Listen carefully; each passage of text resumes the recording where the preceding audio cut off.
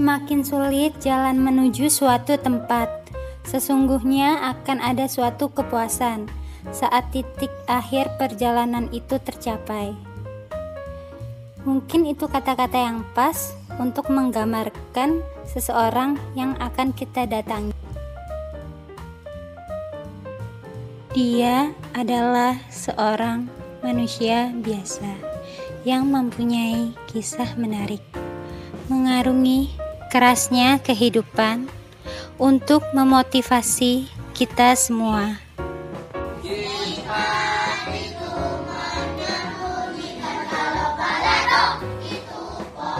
Ada berapa sifat mustahil Rasul?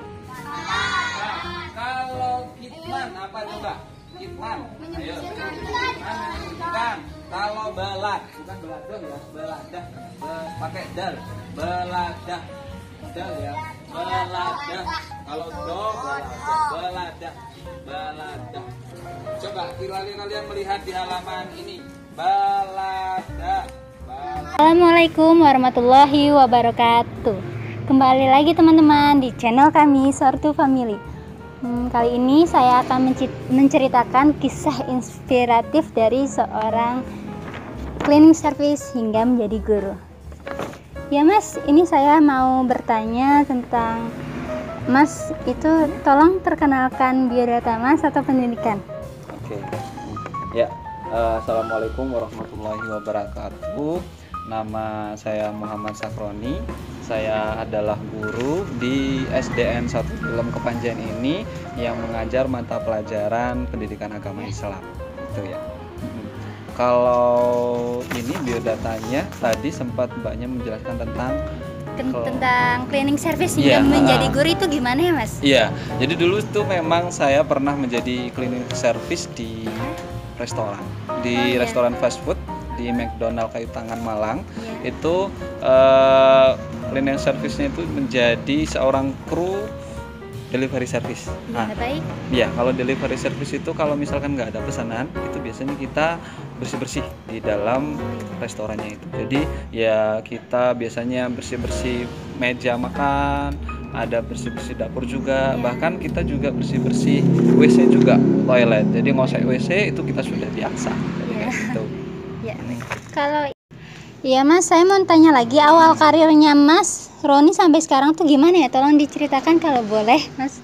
Oke, awal karir saya sebelum jadi guru itu pertama kali ketika saya lulus SMA itu saya jualan koran.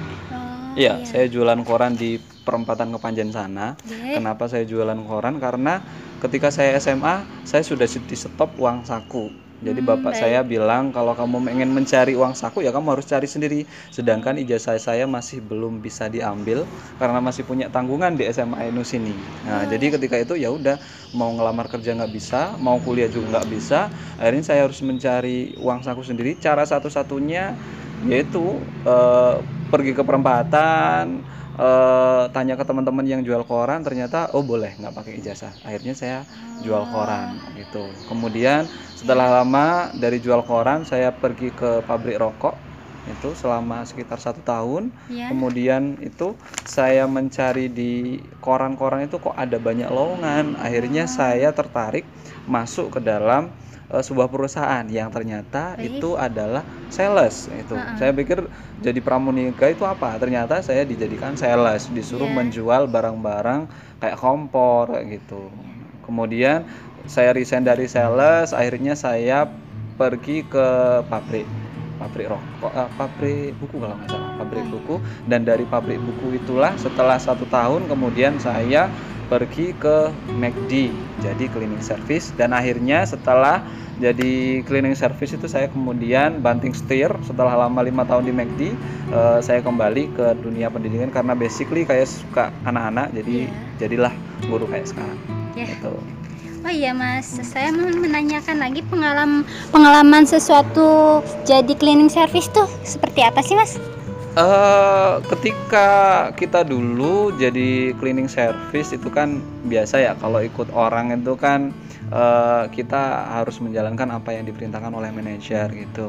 Pengalaman yang mungkin paling berkesan adalah ini ya, ketika saya membersihkan toilet yang ketika itu jam 12 malam. Itu kan biasa tuh di McD itu kan biasanya ada orang yang habis pulang dari dugem itu kan ya. Habis pulang dari dugem itu dia habis minum kan otomatis kan mau muntah dah. Muntahnya itu sampai ke ini ceceran ke di apa toiletnya itu, di tempatnya toilet itu kan kemana-mana itu kan ya. Nah itu teman-teman ya namanya muntahan kan nggak mau gitu kan ya, mungkin ada teman-teman yang nggak kuat gitu ya, akhirnya ya udahlah karena ini memang profesi saya, siapa lagi yang mau membersihkan itu, ya wes dengan sambil menahan bau ya wes kita bersihkan. Awalnya mungkin jijik ya, tapi lama kelamaan setelah sering membersihkan hal-hal jorok itu malah hal jorok itu jadi sesuatu yang biasa gitu ya. Kita nggak risih atau nggak jijik lagi. Ya wes kita bersihkan. Ya itu memang kita harus kerja profesional kalau ikut orang kayak gitu. Ya terima kasih. Saya mau menanyakan ini tentang foto Mas. Foto tentangnya Mas Roni ini gimana sih pengalamannya? Yang ini Mas? Oke, di foto yang di McD itu ya, yang di McD itu saya pernah membuat foto dari 2012 itu saya masuk pertama kali di McD 2012, kemudian tahun 2017 itu saya resign karena saya memilih untuk terjun ke dunia pendidikan karena ketika itu di McD saya kuliah sambil kerja, jadi gitu sambil kuliah di McD kemudian saya kerja di McD kemudian sambil kuliah dan kemudian ketika lulus kuliah 5 tahun di McD ngapain ya, aku pikir kayaknya pengalamannya sudah deh di McD sudah cukup kayaknya dan ini saatnya aku mengabdi di masyarakat kayak gitu. Oh iya Mas Roni, saya kan pernah baca di koran itu kan ada Mas Roni kan ya tentang itu mokel bersama itu apa ya Mas ya, maksudnya kan sekarang bulan puasa ya, maksudnya itu apa? Oh iya, mokel itu bukan, jangan diartikan mokel itu malah saya ngajak teman-teman untuk mokel gitu ya. Malah lucu nanti malah, soalnya saya guru agama nanti ngajaknya malah ngajak anak-anak mokelan. Itu jadi ada sebuah event di mana kita bikin acara festival literasi. Kan saya bergerak di bidang literasi juga di komunitas. Jadi di komunitas Malang Selatan itu bikin acara Marafi, Malang Ramadan Festival. Di dalamnya itu ada satu agenda namanya mokel. Mokel itu artinya moco keliling. Nah, jadi disingkat mokel, moco keliling. Jadi kita membaca keliling dari satu tempat ke tempat yang lain.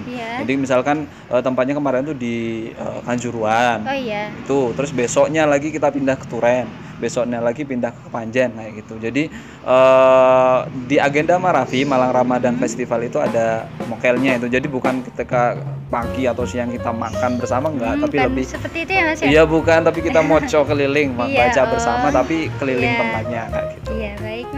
Oh iya Mas, saya mau ada pertanyaan lagi nih tentang Mas. Awal perubahan hidup Mas kayak gimana sih, tersulit hingga sekarang?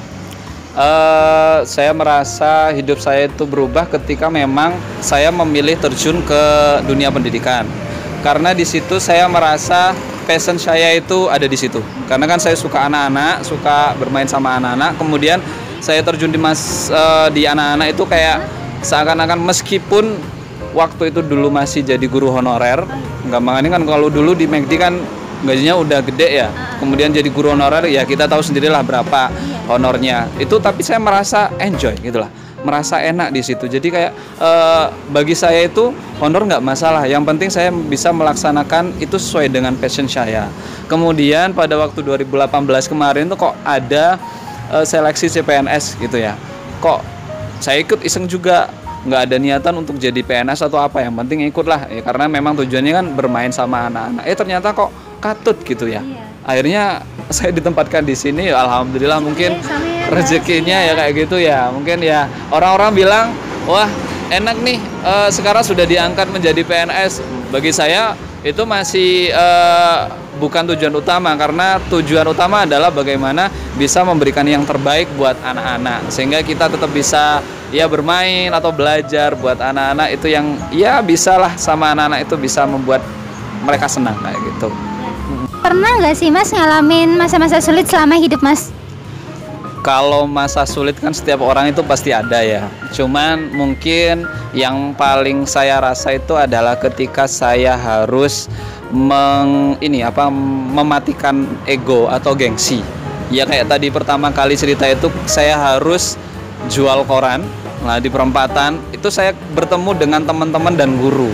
Itu rasanya kayak bener lah mau jualan koran. Tapi saya berpikir gini, kalau gengsi saya ini tidak mati dan saya ini lahir dari keluarga yang biasa-biasa, atau kalau orang-orang sekarang dari keluarga yang tidak mampu, terus apa yang harus saya banggakan gitu. Ya wes, saya nggak punya apa-apa, kenapa harus gengsi? Nah, itu masa-masa sulit yang mungkin yang pertama. Yang kedua adalah, kalau secara jujur ya, ketika jadi guru honor kan ya tahu sendiri berapa honornya. Itu masa-masa sulitnya ketika honornya itu habis di tengah jalan. Bahkan ketika itu saya mau berangkat ke sekolah, itu bensin saya habis. Waduh, itu mau gimana? Mau minta sama orang tua sudah nggak bisa. Akhirnya lah kok saya menemukan di tas itu ada uang 10.000. Itu bagaikan ya Allah, akhirnya saya bisa berangkat sekolah dengan uang 10.000, beli bensin cukup lah, akhirnya bisa sampai ke sekolah. Itu rasanya kayak wow, padahal uang 10.000 doang ya, rasanya kayak alhamdulillah saya bisa kembali bertemu sama anak-anak kayak gitu. Mungkin Mas Sula. Ya Mas, apa saja yang ditakuti Mas Roni selama ini dan menjadi kebanggaan Mas Roni atau menjadi motivasi dalam hidup Mas Roni itu apa? Yang saya takuti ini adalah hilangnya kepercayaan, itu kan ya. Saya pernah punya temen itu, teman akrab, kemudian teman saya itu mungkin pernah aku sakiti secara baik sengaja maupun tidak sengaja, sehingga kepercayaannya ke saya itu luntur. Nah, saya menghargai sekali teman-teman yang percaya sama saya, dan saya juga percaya sama mereka. Ketika kita saling percaya dan di situ saya merusak kepercayaan itu, saya merasa kayak nggak enak gitu ya, kayak merasa oh ternyata anak ini gini ya, anak ini nggak baik ya, kayak gitu. Apa itu sih yang ya, memotivasi Mas Roni hingga sekarang? Orang tua ya yang selalu memotivasi saya, karena sampai sekarang pun bapak saya itu bekerja sebagai seorang pemulung. Jadi saya termotivasi untuk mengangkat derajatnya orang tua, meskipun mungkin tidak melalui harta, tapi mungkin dengan menjadi guru, orang-orang itu akan merasa wah hebat ya, ternyata dari putra seorang pemulung ternyata bisa menjadi guru. Jadi kan membuat kebanggaan sendiri untuk orang tua gitu. Nah ini Mas Roni, ini kan masih dalam tentang Hari Pendidikan ya. Apa sih saran buat Hari Pendidikan kita buat anak-anak untuk Indonesia? Hari Pendidikan Nasional tahun 2020 ini agak berbeda dengan yang kemarin, karena seperti yang kita tahu sekarang masanya masa Covid, dan kebetulan kemarin Menteri Pendidikan Mas Menteri itu bilang kita belajar dari Covid, temanya belajar dari Covid. Yang saya ingin tekankan ke anak-anak adalah dimanapun kalian berada, meskipun bukan di sekolah, kalian tetap bisa belajar. Walaupun Bapak Ibu guru tidak bisa hadir di depan kalian, kalian tetap bisa belajar dengan bimbingan orang tua, dan Bapak Ibu guru bisa membimbing kalian melalui online, atau mungkin nanti bisa melalui pesan-pesan yang ada di WhatsApp atau media sosial apapun. Ada kata-kata motivasi gak buat teman-teman yang nonton sekarang, Mas? Oke, kalau saya sih mungkin ya, pertama itu jangan gengsi gitu ya. Apapun pekerjaannya jangan pernah malu, entah itu jualan koran, itu jadi cleaning service, tetap jalani dengan hati yang tulus, tetap jalani dengan profesional. Kita tidak pernah tahu apa yang terjadi di masa depan, itu kan ya.